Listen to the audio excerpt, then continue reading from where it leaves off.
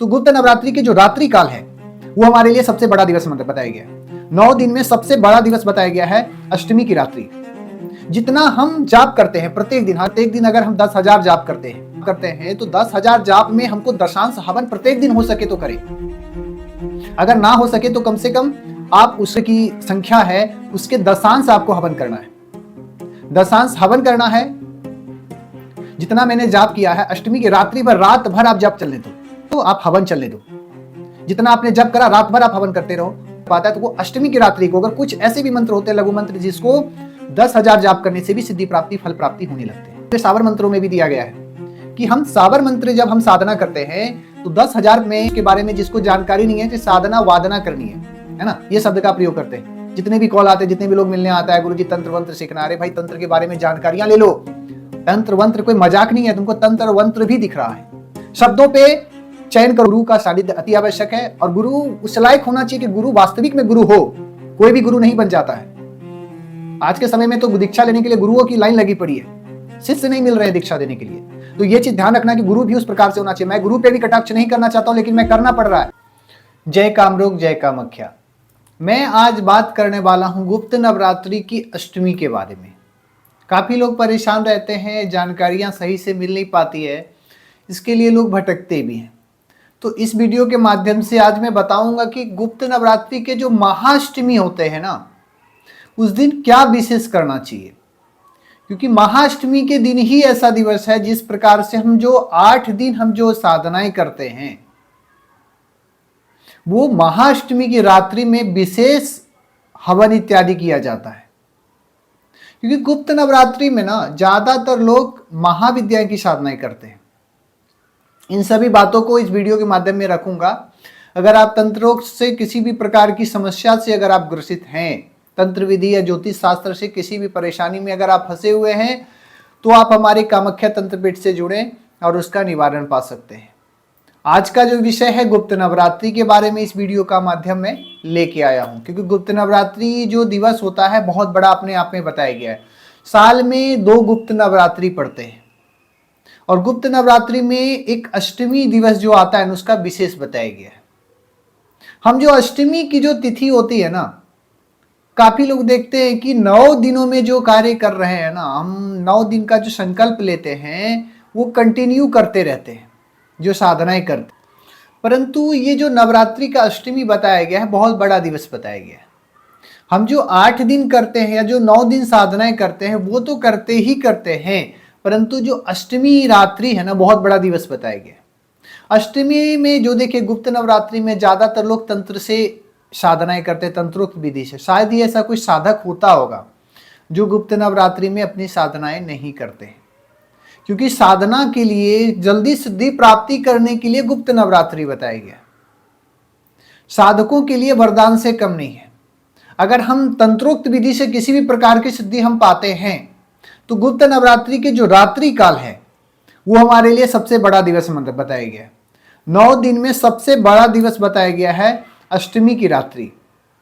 जितना हम जाप करते हैं प्रत्येक दिन, हालांकि ये कहा जाता है कि जो व्यक्ति प्रत्येक दिन अगर हम 10,000 जाप करते हैं, अगर हम 10,000 भी कर रहे हैं किसी भी मंत्रों का, तो 10,000 अगर हम जाप करते हैं तो 10,000 जाप में हमको दशांश हवन प्रत्येक दिन हो सके तो करें। अगर ना हो सके तो कम से कम आप उसका देखते जाएं कि 1.25 लाख जाप करना है या जितना भी करना है हमको, जो भी जितनी भी अपनी आपकी मंत्र की संख्या है उसके दशांश आपको हवन करना है। दशांश हवन करना है, तर्पण करना है, मार्जन करना है, अर्चन करना है। फिर आप कुमारी कन्या का भोजन कराएं और दान पुण्य कर सकते हैं। किसी भी सिद्धि को प्राप्त करना इतनी आसान नहीं है। जो व्यक्ति चाहता है कि YouTube देख करके या कोई भी चीज़ों को देख करके कि हम साधनाएं प्रारंभ करें, मैंने पहले भी बताया, हर एक वीडियो में बताता हूं और इस वीडियो के माध्यम से भी मैं बताता हूं कि अपने आप को नाश मत करो। अगर वास्तविक में गुरु का सानिध्य नहीं है तो किसी भी प्रकार की सिद्धि का आप कभी भी अग्रसित ना हो करने के लिए। क्योंकि ये नवरात्रि है, गुप्त नवरात्रि, जल्दी तत्क्षण सिद्धि प्राप्ति के लिए ये जो अष्टमी बताया गया, अष्टमी की रात बहुत विशेष माना गया है। जल्दी सिद्धि प्राप्ति, अगर कोई विशेष भी अगर आप मंत्र सिद्ध करना चाहते हैं तो अष्टमी की रात्रि को हम कर सकते हैं। ज्यादातर व्यक्ति वशीकरण सिद्धि प्राप्त करता है, वसंत ऋतु चल रहे हैं, या तो एक आषाढ़ में पढ़ते हैं और एक आपका जनवरी में पढ़ते हैं, है ना। तो जून में एक पढ़ते हैं गुप्त नवरात्रि, एक आपके जनवरी में पढ़ते हैं। 2 गुप्त नवरात्रि ही पढ़ते हैं साल में, और एक चैत्र नवरात्रि पढ़ते हैं, एक आश्विन नवरात्रि पढ़ते हैं। तो 2 नवरात्रि में हमारे लिए सबसे कौन सा उत्तम होता है? और जो सभी 6 कर्मों के लिए, षड कर्मों के लिए षड प्रकार से मारण, मोहन, वशीकरण, उच्चाटन, सम्मोहन इत्यादि विद्वेषण जो भी प्रयोग होते हैं ना, तो षड कर्म के लिए षड ऋतु बताए गए हैं। सभी ऋतु के लिए अलग अलग प्रकार का प्रयोग होता है, परंतु गुप्त नवरात्रि जो बताया गया है कि वशीकरण के लिए सबसे श्रेष्ठ, क्योंकि इस समय अगर हम आषाढ़ वाला करते हैं तो उसका दूसरा होता है, अगर हम जनवरी वाला करते हैं, जनवरी में क्या है कि वसंत ऋतु चलते हैं, सरस्वती पूजा उसी में आते हैं। तो वसंत ऋतु में जो वशीकरण की सिद्धि प्राप्ति करती है, जो व्यक्ति वशीकरण का सिद्धि प्राप्त करना हो, सम्मोहन का, आकर्षण का, तो ये वही दिवस है जो सबसे उत्तम बताया गया है।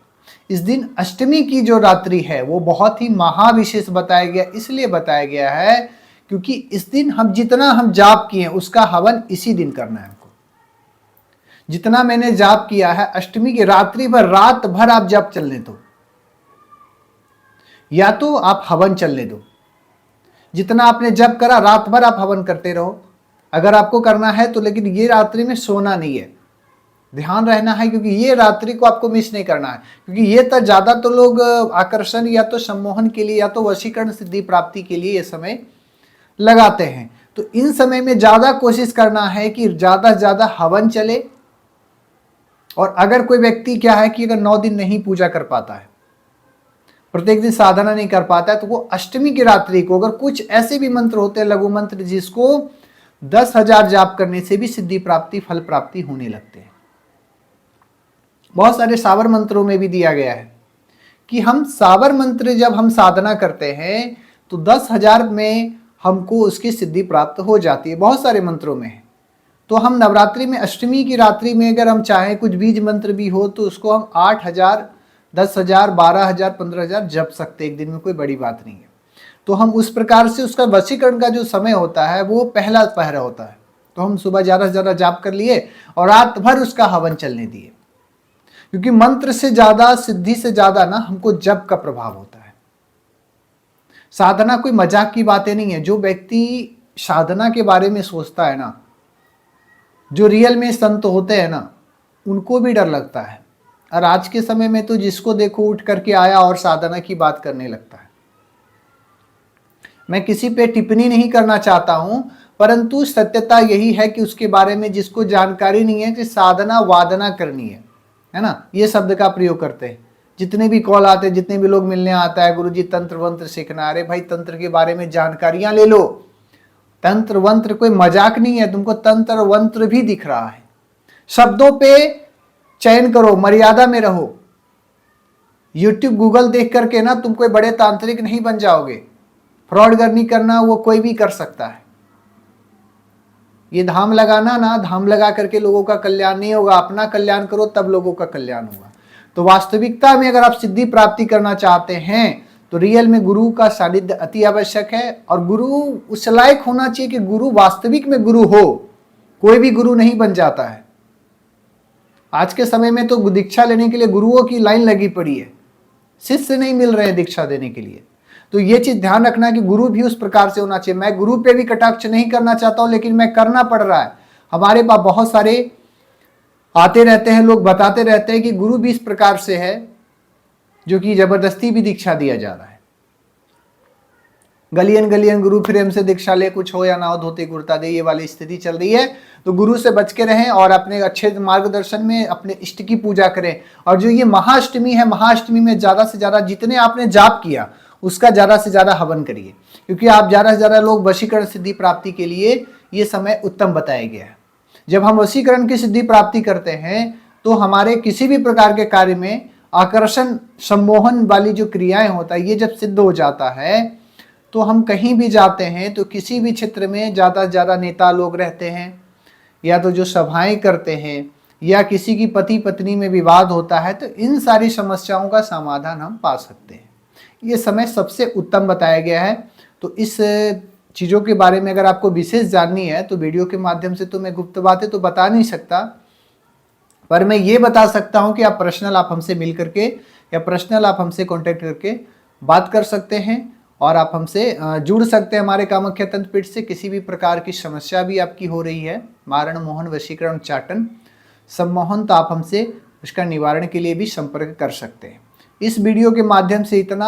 अगले वीडियो में मैं बताऊंगा कि महाशिवरात्रि जो आने वाला है, क्योंकि कुछ कुछ रात्रियां विशेष बताया गया है, कुछ कुछ रात्रियों के बारे में मैं आपको बताऊंगा एक एक करके, तो आपके लिए उत्तम होगा।